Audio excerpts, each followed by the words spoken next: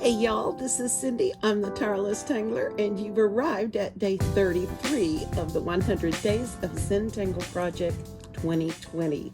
Happy Saturday to you. Our tangle today is going to be Time by Liz Drake. She is the administrator of the Zia group, the Zentangle Inspired Arts, Zia's and Beyond, I think. Is what it's called on Facebook, and that is an amazing group if you're a fan of using color in your tiles. Then that is a really good group to be a part of. So this is Liz's first ever pattern. She is a prolific artist and very creative, and so this is a picture of my version of her tangle because I felt like it just begged for a gem. And I wanted to test this gray paper out to see how it handled the water. And I don't know, there's really no buckling here at all. I don't think it takes it as well as the original tiles. That's just my opinion, but it did pretty well here. So Time can be, as you just saw, a focal point tangle, or it can be a ribbon tangle, or whatever else you decide to make it. I'm just going to sketch in here real quickly. Actually, wrong pencil.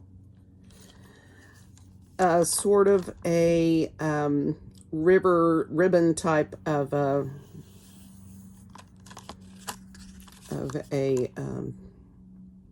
string here. And I don't know. Yeah, this is good. Actually, no. I should have done the 4 dots first. I got ahead of myself. I'm a little frustrated and upset right now, and so I think tangling is just the thing to make it all go away.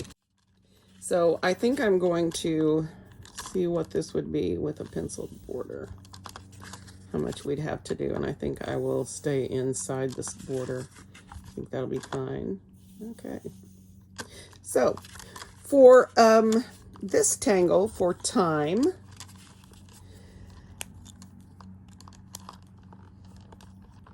this is done with 2 simple strokes, actually with pretty much 2 strokes.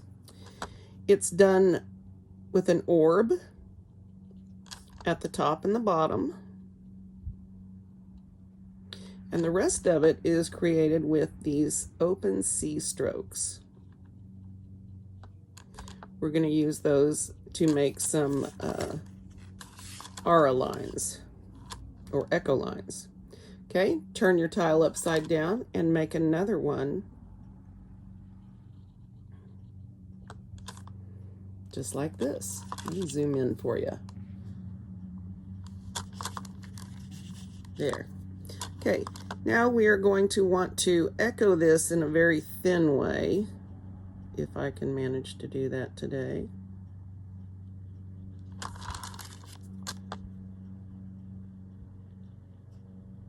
You can hear everybody mowing their yards, clipping their lawn or grass. It is Saturday evening, and I am waiting for my niece's wedding to come online on Facebook. What has the world come to, guys? All right, so this is our first start. 2 little orbs and some open C strokes, and we have a little oval shape, okay? So next, we are going to want to, I should have done one important thing. I should have divided this into squares.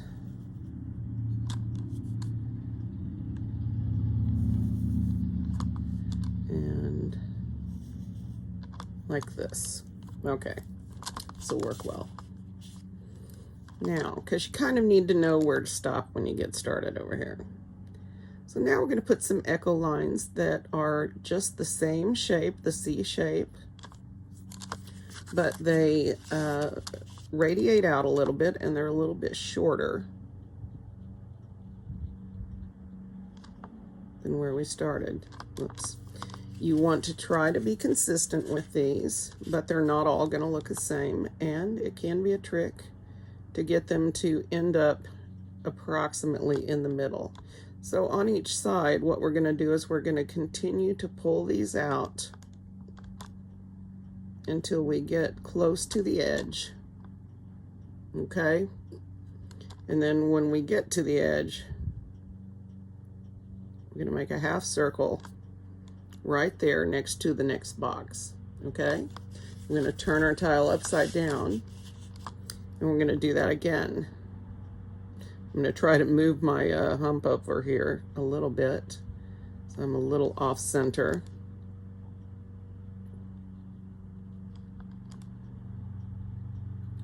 No two of these are going to look exactly the same. That is the beauty of the hand-drawn art. Okay, this is basically one element of time.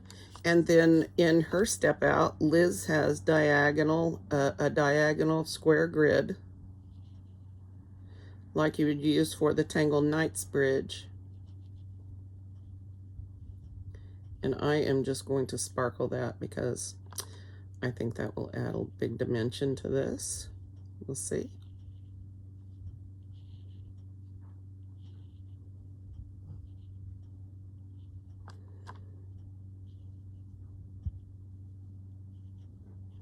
I usually start in the middle with those and work out from both sides. And then turn your tile 90 degrees and go the other direction.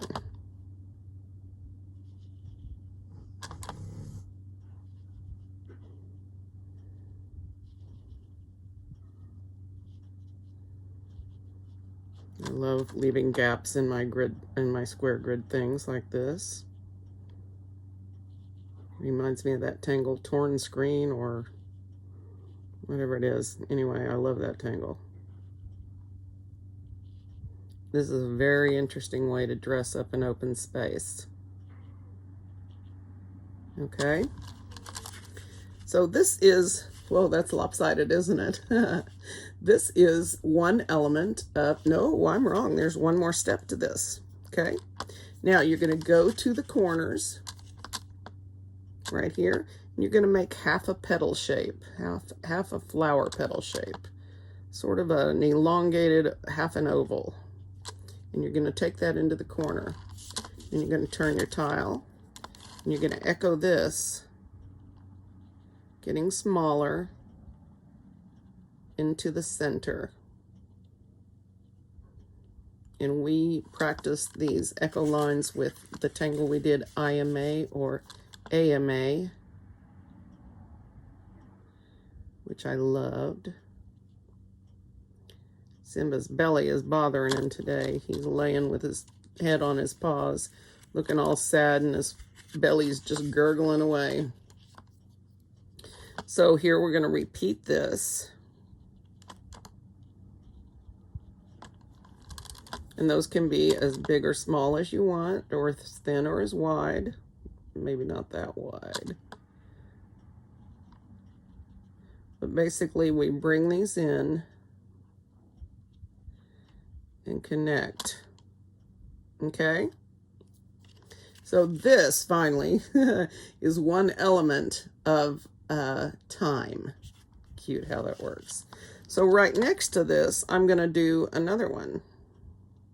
I'm going to start with my little orbs.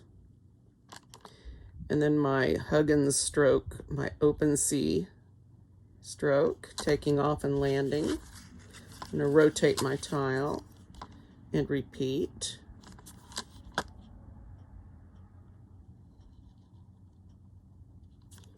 Like this. And I'm going to do the thin echo line all the way from bottom to top. Or in this case, from top to bottom.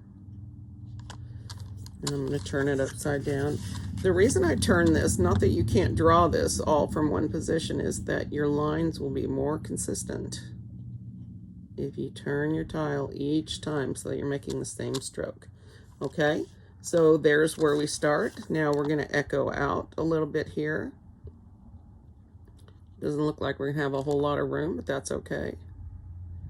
We get 2 in, And then I'm going to hook that up right there. And I'm going to go ahead and draw in my petal shapes. I do not have nearly as many that I'm going to be able to fit in over here. That's all right though. Okay, and repeating here.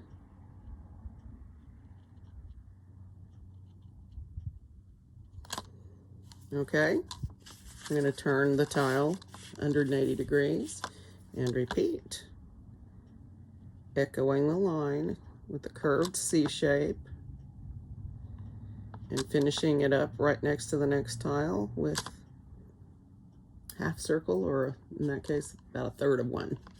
Okay, now don't forget, Cindy, your little portion over here.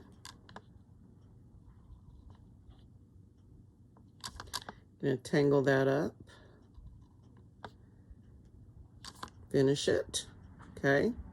Then I was going to point out that this would be very cool with just the diagonal lines on this.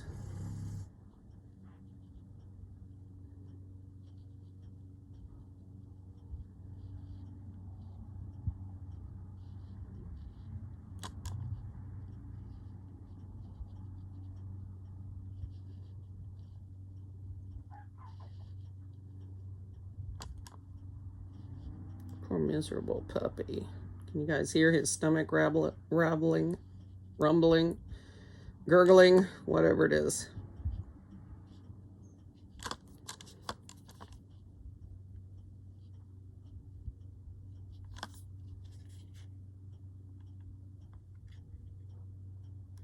Okay, so I really like how this looks too. So now in this last square, I'm going to show you a variation of this tangle. And this is Liz's. She calls it time again. She's so clever. She makes me smile, that Liz. Okay. Oops, and I already got it wrong. So this is a square form. Okay. Let me make that a square. No one will know if we don't tell them. I guess the inside can be round. And we're going to do the exact same thing. We're going to, except we're going to put right angles on it. We're going to connect it up from the side of the box to the other one. We're going to draw the extra aura, the thin one. In this case, this will be auras. These will be auras, because they're not starting on the same line. All right, then, this wasn't really a good choice to move with this, was it? But it'll still work. Then we're going to do the exact same thing with squared off edges. I'm going to keep drawing these in. And then the last thing here will be a little half of a box. Okay? And then, of course, you do the same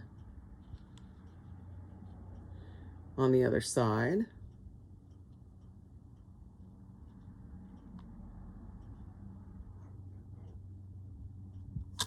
Okay? And then, of course, you can do the fill. And then at the corners, you do these sort of slanted lines out, almost like a stroke from paradox.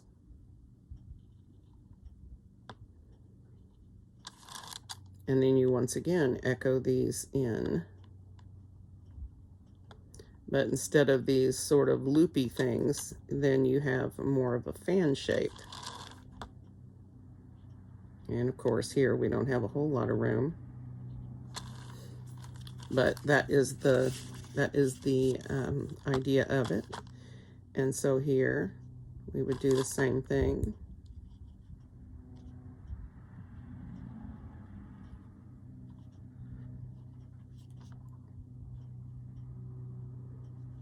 And then just echo these lines, getting smaller the closer to the base you go.